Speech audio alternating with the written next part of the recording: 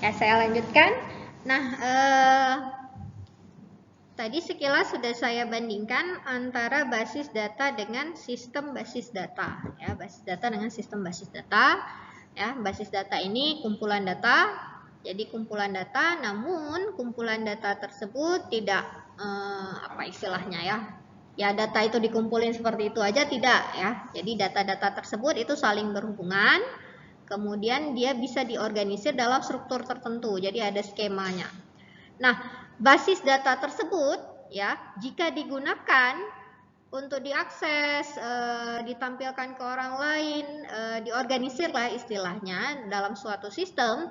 Nah, itulah yang nanti akan disebut sebagai sistem basis data. Jadi sistem ini untuk menyimpan dan mengurus ya, memaintain basis data tersebut. Nah, sistem basis data ini tujuannya apa? Supaya basis data tadi itu tidak hanya berupa data simpanan aja, tapi data-data tersebut itu juga bisa ditampilkan ke orang lain. Nah, sehingga apa? Sehingga ada sistem basis data. Nah, jadi sistem basis data ini ya apa namanya? Dia memiliki tampilan. Tampilan ini maknanya apa yang mati? Masih tutup ya? Masih. Oke. Nah, sistem basis data ini memiliki tampilan abstraksi data istilahnya. Jadi data-data ini ya, data ini itu akan bergantung levelnya itu ke siapa? Siapa yang akan menggunakan. Jadi ada level-levelnya. Nah, level abstraksi data ini ada 3 ya. Ada yang disebut sebagai physical level atau level fisik, ada yang berupa level logic ya, logical, ada yang memang digunakan untuk level view atau tampilannya saja. Jadi data yang udah ada itu ditampilkan. Nah, jadi level yang mana satu? Nah, jadi level-level ini ya, kalau kita bayangkan dia dalam bentuk diagram, anggaplah ini ada basis datanya. Yang paling bawah sekali itu adalah level physical. Jadi dia berkaitan sama bentuk fisik daripada data. Kalau udah dibilang bentuk fisik daripada data, kesannya data itu bisa dipegang ya, tapi sebetulnya bukan itu maknanya. Jadi bentuk fisik daripada data itu seperti misalnya nah, data itu tersimpan dalam bentuk teks misalnya. Teks itu apa? A, B, C, D, dan seterusnya ya. Jadi ini semuanya kata-kata ini adalah bentuk teks. Ataupun data itu tersimpan dalam bentuk angka misalnya. 1, 2, 3, 4, 5, dan seterusnya. Nah, ataupun data itu tersimpan dalam bentuk gambar misalnya.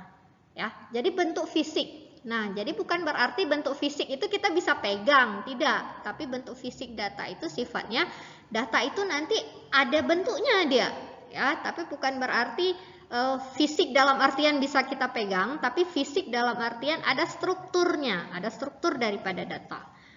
Nah, level fisik ini adalah level yang paling rendah, ya, dan biasanya level fisik ini hanya administrator basis data saja yang perlu untuk melihatnya, sedangkan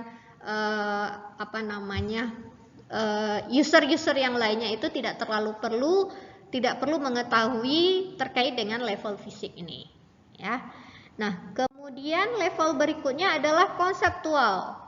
Nah, jadi level konseptual ini maknanya level ini akan melihat basis data itu disimpan dalam bentuk seperti apa.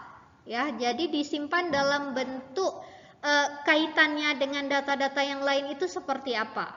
Ya, jadi secara fungsionalnya bagaimana dia tersimpan.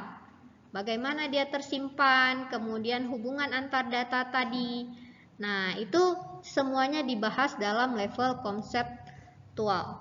Nah, level konseptual ini, nah kalian sebagai programmer akan bekerja pada level ini. Nah, kenapa bekerja pada level ini? Kan kalian buat tuh basis datanya. Pertama rancang dulu. Udah siap dirancang, diubah menjadi tabel-tabel basis data. Kemudian dimasukkan ke dalam DBMS. Nah, saat dimasukkan ke dalam DBMS itulah kalian berarti sudah bekerja pada level konseptual. Ya. Nah, selain daripada programmer, jelas user yang lainnya adalah user administrator. Jadi, administrator basis data atau database administrator juga bekerja pada level ini. Nah, berikutnya ada level view. Nah, kenapa di sini dikatakan level view? Karena memang tujuannya untuk menampilkan saja. View itu kan tampilan, ya, view tampilan. Jadi gunanya untuk menampilkan. Nah, apa yang ditampilkan? Sesuai keperluan. Bukan berarti semua data itu ditampilkan, tidak, sesuai keperluan.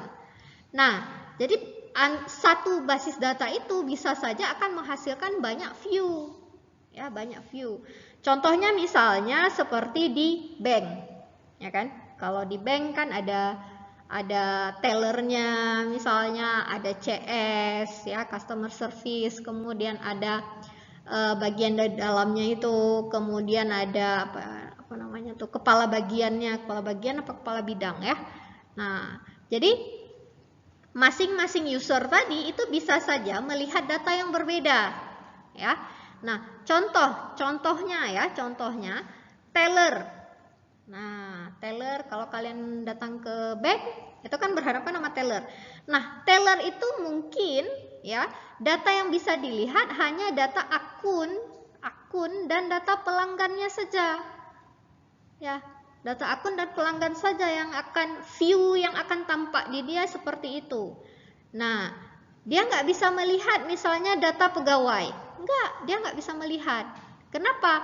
Karena sesuai dengan kegunaannya. Teller itu kan gunanya untuk berhubungan dengan pelanggan, ya, bermain-main dengan akun pelanggan istilahnya. Jadi data itu saja yang perlu ditampilkan. Data-data yang lainnya tidak perlu. Jadi ini yang kita sebut dia sebagai level view atau user view. Jadi memang level ini akan tergantung kepada usernya siapa. User tersebut menggunakan data tersebut untuk apa? Ya, jadi tidak semua data, ya, hanya data-data yang diperlukan saja. Nah, level